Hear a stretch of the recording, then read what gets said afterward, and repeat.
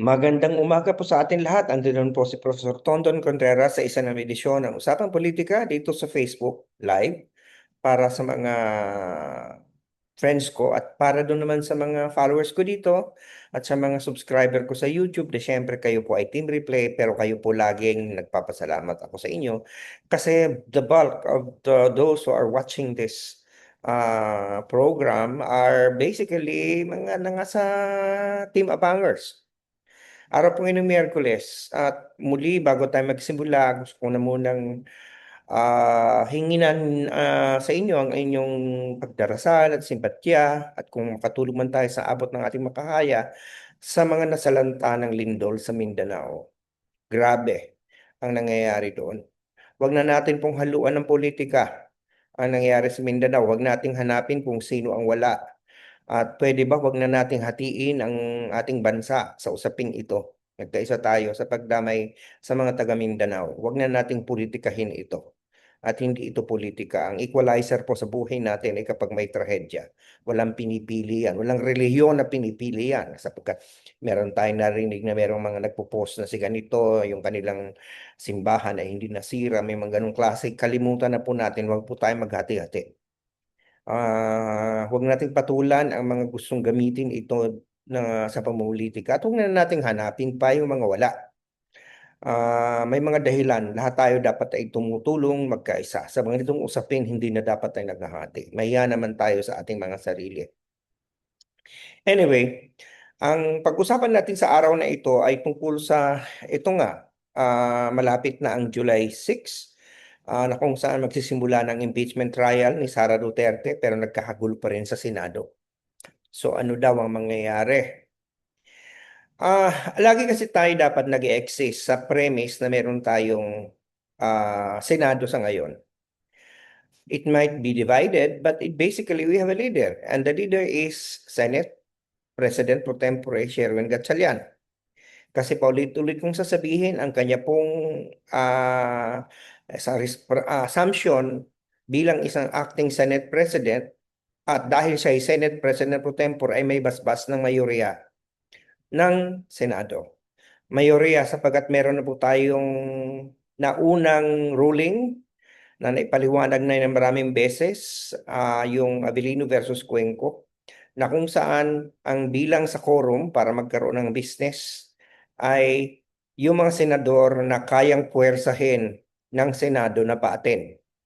Yung pwedeng gamitan compulsory powers nila. At malinaw na sa 24 senators, dalawa doon ang hindi na kayang puwersahin ng Senado sapagkat yung isa nagtatago. Nakatakas nga hindi ba? Hindi nila na puwersang manatili kahit na kinupkup na nila na magkameron ng protective custody, ayun, umalis pa rin. So hindi nila kaya, hindi nila pwedeng puwersahin sa bato. At hindi nga nila alam kung nasaan. Yung isa naman ay nakakulong na at malinaw na wala na siya sa jurisdiction ng Senado. Hindi na pwedeng i-coerce na siya pumunta sapagkat meron ng may hawak sa kanyang ibang institusyon ng pamahalaan. So ayon sa Avellino versus Cuenco 22 ay ang bilang at kaya 12 ang quorum. Ngayon, ang quorum pwedeng mag-meet at pwedeng magdesisyon. Kasama sa mga desisyon na ginawa nila, binakante nila lahat ng posisyon kasama na ang Senate President at naghalal sila ng mga bagong mga chairpersons, bagong secretary, general at bagong sergeant at arms. At itinalaga nila na Senate President pro tempore si Sherwin Gatchalian at dahil walang Senate President, siya ang acting Senate President.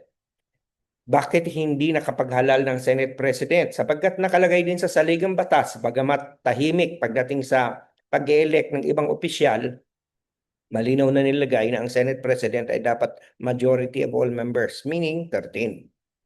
So yun, ang malinaw dito, kaya yung mga nagsasabi na illegal ang pagiging Senate President ni Sherwin Gatchalian, hindi naman po siya Senate President.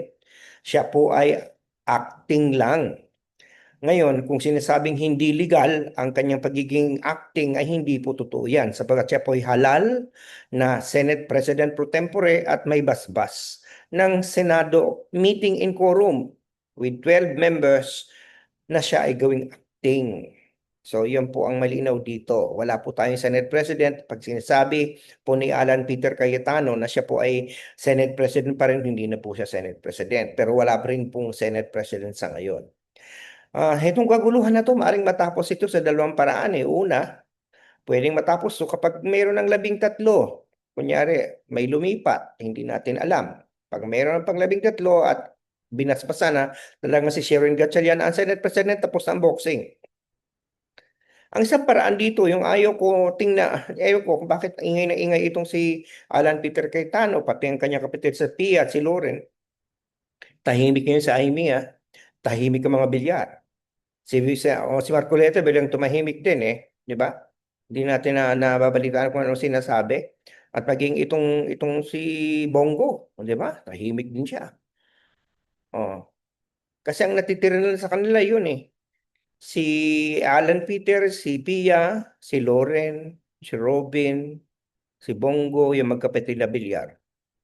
Hindi ba? Sila na lang. Pito.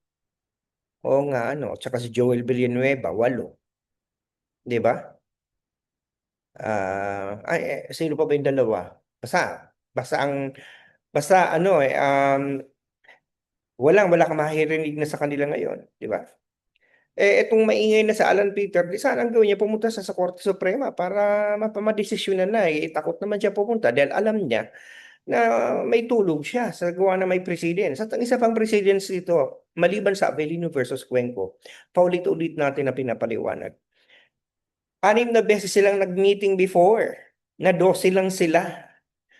Hinaandun pa man din may mga meetings na andun silang tatlo, si Alan Peter, si Pia, si Loren. At sa lahat ng 6 na yun, ng isa, at least isa sa kanila na andun. Diba? So bakit hindi nila question nun? Na 12 lang yung senador. Diba? So, so malinaw na merong Senado. Merong nga lang kaguluhan sapagkat merong ayaw bumigay. Ayaw mag-give up ng claim niya. But nevertheless, it means that in terms of the impeachment complaint of Sara Duterte, ideally, this will have to proceed. In fact, nagpatawag na ng pre-trial conference si Sherwin Gatchalian bilang acting Senate President at therefore bilang acting Senate President, siya din ang presiding ng isang pre-trial conference. Ang pre-trial conference natin sa June 18, if I'm not mistaken. At ang magiging trabaho doon sa pre-trial, maghaharap na yung mga parties, andun si Sara Duterte, ang party niya, at andun ang mga public prosecutors, ang galing sa Senate. Sa House of Representatives, pag-uusapan na yung detalye ng trial. Ano yung mga grounds, sino mga witnesses, ano yung mga ebidensyang ipipresent, lahat yun, titingnan doon, tatanggapin. So, gugulong na sa June 18. Ngayon, ang tanong dito, haharap ba si Sara Duterte doon? Ay iba kung hindi siya kasi baka ang mangyari dito, questionin ni Sara Duterte ang Senado. Sasabihin niya, hindi naman yan yung legal na Senado, di mapipilitan siya ngayon tumakbo sa Supreme Court na naman. O therefore ang Supreme Court pwede magsabi hindi, yan ang Senado. But one way or the other, it will solve the problem. Kasi kung questionin ni Sara Duterte ang legitimacy ng Senado, pupunta siya sa Korte Suprema. Kasi pag hindi siya pupunta sa Korte Suprema, talo siya.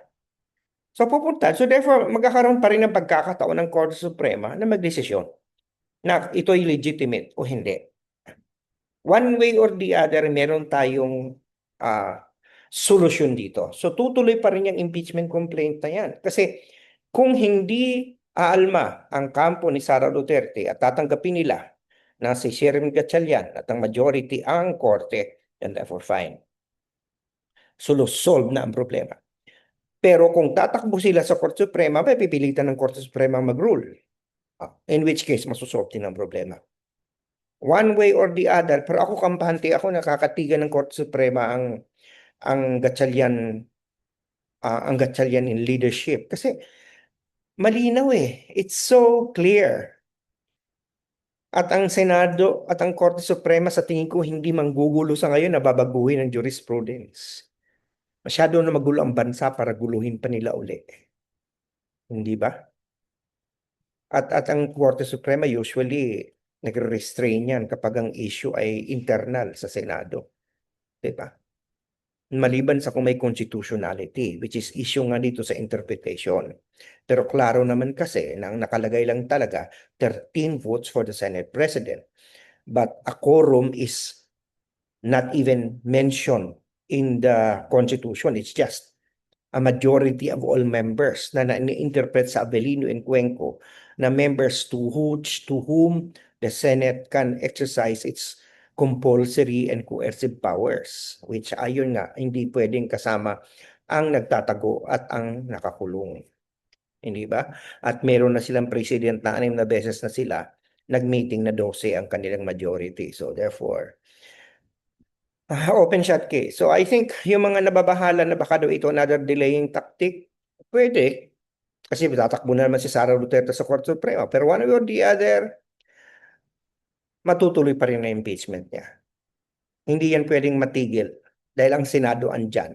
It could be a Senate under the leadership of Alan Peter Cayetano, which I doubt, and a leadership under the leadership of Sherwin Gatchalian, which is more likely. So, huwag po tayong mangamba. Anyway, o siya, sige na. At may gagawin pa ako. Sana nakapagsilbi ako sa bayan dahil sabi sa akin ng UP Serve the People, inuuna ko ang UP ngayon at sana nakapagturo ko sa iyong kaisipan na plus ng mga puso. At nababago ang mga panisubuhay, lalo-lalo sa usapang politikal dahil sabi sa akin ng Lasal, teach, mind, touch, heart, and transform lives. Sige na. Muli, nagpapasalamat ako sa mga patuloy na sumusubaybay sa akin at muli magdasal tayo na sa speedy recovery ng mga nasalanta. Ang dami nang namatay. Talagang maghanda tayo lagi sapagkat ang lindol din natin yan naasahan. Hindi bigla na lang yan dumadating. Kahandaan. At sa ngayon, magkaisa tayo uli. Maghati tayo sa politika, maghati tayo dito sa usapin ng impeachment, ng Senado, kanya-kanyang opinion. Pero huwag na nating idamay ang nangyayari sa Mindanao. Hindi na yan tama na pati yan pin-politicize natin. Sobra na yan. Lahat tayo ay mga Pilipino. O sige,